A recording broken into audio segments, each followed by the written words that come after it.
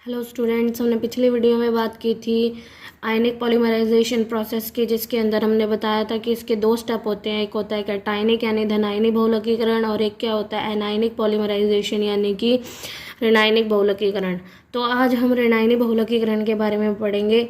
तो ऋणायनिक बहुलकीकरण को मैंने बताया था बेस कैटालिटिक रिएक्शन यानी कि क्षार उत्प्रेरित अभिक्रिया भी बोला जाता है, क्योंकि इस रिएक्शन के अंदर जो क्षार होते हैं, बेस होते हैं, वो किसका काम करते होते हैं? उत्प्रेरक का काम करते होते हैं, कैटलिस्ट का काम करते हैं। तो इसमें भी वही 3 स्टेप हैं। एक कौन सा? चेन इनिशिएटिंग स्टेप यानी प्रारंभिक पद, फिर चेन प्रोपेगेशन स्टेप यानी कि संचरण पद, और लास्ट में क्या है? चेन टर्मिनेशन स्टेप यानी कि श्रृंखला समापन पद। तो इसके अंदर कोई क्षार यानी जैसे मैंने कोई ले लिया BH, यहाँ BH क्या है? कोई बेस है यानी क्षार है। सबसे पहले ये किस में टूट जाएगा? B- में और H+ में। तो इसके अंदर क्या होता है, ये जो B- है वो रिएक्शन को शुरू करने का काम करेगा। तो इसके अंदर किसी भी मोनोमर के साथ उसकी रिएक्शन करवाओ। यहाँ हमने ले लिया Y, तो हमने यहाँ बात की थी Y क्या होता है? Y होता है यहाँ पे इलेक्ट्रॉन एक्सेप्टर ग्रुप यानी कि इलेक्ट्रॉन ग्राही समूह। जैसे मैंने पिछली वीडियो में बताया था कि Cl हो गया, Br हो गया, I हो गया, F हो गया, Cn हो गया, और क्या हो गया? COOH हो गया। नाइट्रो ग्रुप भी होता है जो यहाँ क्या करते हैं? इलेक्ट्रॉन एक्सेप्टर का काम करते होते हैं। तो हमें क्या है, यहाँ माइनस है तो सीधी सी बात है, मैंने बताया था कि अगर यहाँ माइनस हो तो हम यहाँ प्लस बनाएंगे, और अगर यहाँ प्लस हो तो यहाँ क्या बनाएंगे? हम माइनस बनाएंगे। ठीक है, तो हमने क्या किया, यहाँ पे माइनस है, इसका मतलब हमें यहाँ पर प्लस बनाना पड़ेगा, और प्लस बनाने के लिए मुझे इलेक्ट्रॉन्स को इधर खिसकाना पड़ता है। देखो यहाँ पर Y एक्सेप्टर का काम कर रहा है, इसका मतलब ये इलेक्ट्रॉनों को खींचेगा, और जैसे ये इलेक्ट्रॉनों को खींचेगा तो इस वाले कार्बन पर इलेक्ट्रॉनों की क्या आएगी? कमी। इसीलिए हमें इलेक्ट्रॉन्स को यहीं ट्रांसफ़र करना पड़ेगा। ठीक है, अगर मैं बात करूँ पिछले वाले स्टेप की, तो उसमें क्या लिया था अपनों ने? X लिया था। तो ये डोनेट कर रहा था, तो यहाँ पर इलेक्ट्रॉनों की क्या हो रही थी? वृद्धि हो रही थी, मतलब यहाँ इलेक्ट्रॉन इंक्रीज हो रहे थे। तो हमें इनको यहाँ ट्रांसफ़र करने की बजाय यहाँ ट्रांसफ़र करना पड़ा। ठीक है, तो ये बात ध्यान रखना। तो अब देखो यहाँ पर हमने यहाँ माइनस है तो यहाँ क्या बनाना है? प्लस बनाना है। तो मैंने इलेक्ट्रॉन्स को जब इधर की तरफ खिसकाया तो इसके ऊपर कौन सा चार्ज आ गया? नेगेटिव। इसके ऊपर कौन सा चार्ज आ गया? पॉजिटिव। अभी ये पॉजिटिव और नेगेटिव आपस में जुड़ जाएंगे। तो सिंपल सी वही ट्रिक, प्लस को क्या बनाना है? सिंगल। डबल को भी क्या बनाना है? सिंगल। और ये वाला जो चार्ज है उसे कहाँ खिसका देना होता है? कॉर्नर पे। तो क्या बना? B। तो हमने प्लस को क्या कर दिया? सिंगल कर दिया। यहाँ डबल को भी हमने क्या कर दिया? सिंगल कर दिया, और इस चार्ज को हमने कहाँ खिसका दिया? कॉर्नर पे। तो ये हमारा फर्स्ट स्टेप हो गया। अगर मैं बात करूँ सेकेंड स्टेप की, तो हमारा सेकेंड स्टेप क्या था? श्रृंखला संचरण पद यानी कि चेन प्रोपेगेशन स्टेप। तो प्रोपेगेशन के अंदर क्या हुआ? चेन लगातार आगे बढ़ती चली जाएगी। तो हमें करना क्या है?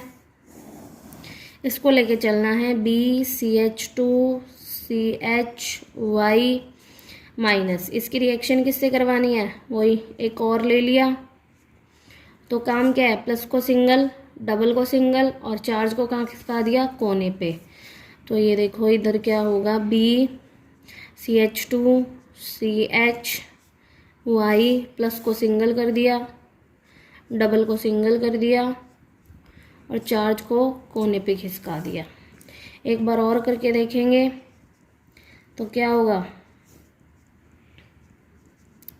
ये ले लिया, इसकी रिएक्शन फिर से करवाई हमने। तो हम देखते हैं कि ये एक और एक, तो मैं इकट्ठा करके लिख दूंगी सीधा 2। तो यहाँ पे क्या बनेगा? ये 2 बन गए। अब प्लस को क्या किया? सिंगल। डबल को क्या किया? सिंगल। और चार्ज को कहाँ खिसका दिया? कोने पे। हो गया। तो हमें ये कितने स्टेप तक लेके जानी है? वही n स्टेप तक ये रिएक्शन होएगी। क्या बन जाएगा? BCH2CHY-NCH2CHY। अब थर्ड स्टेप हमारा कौन सा स्टेप है? लास्ट स्टेप है, जो कि चेन टर्मिनेशन स्टेप। तो चेन टर्मिनेशन स्टेप, या फिर अगर मैं इसकी बात करूँ तो श्रृंखला समापन पद हमारा है ये। तो इसके अंदर आकर चेन क्या हो जाती है, ख़त्म हो जाती है, समाप्त हो जाती है। तो हमने क्या लिया, BCH2CHYN CH2CHY। इसकी रिएक्शन किससे करवाएंगे, जो ये B- और H+ टूटा था ना, हम इसकी सीधा इस H+ से ही रिएक्शन करवा देंगे। तो ये H++ और माइनस आपस में आके जुड़ जाएंगे और क्या बन जाएगा, BCH2CHY CH2CH2Y, और ये हमारी चेन हो गई समाप्त।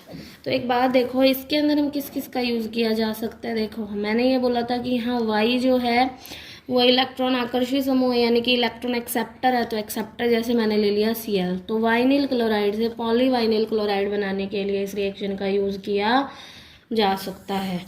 तो हमने क्या देखा, फर्स्ट स्टेप में BH किस में टूट गया, B- और H+ में टूट गया। इस B- ने आके रिएक्शन को शुरू करने का काम किया। तो यहाँ हमने क्या लिया, माइनस है तो यहाँ प्लस बनाना पड़ेगा, तो इलेक्ट्रॉन्स को हमने उधर की तरफ शिफ्ट कर दिया।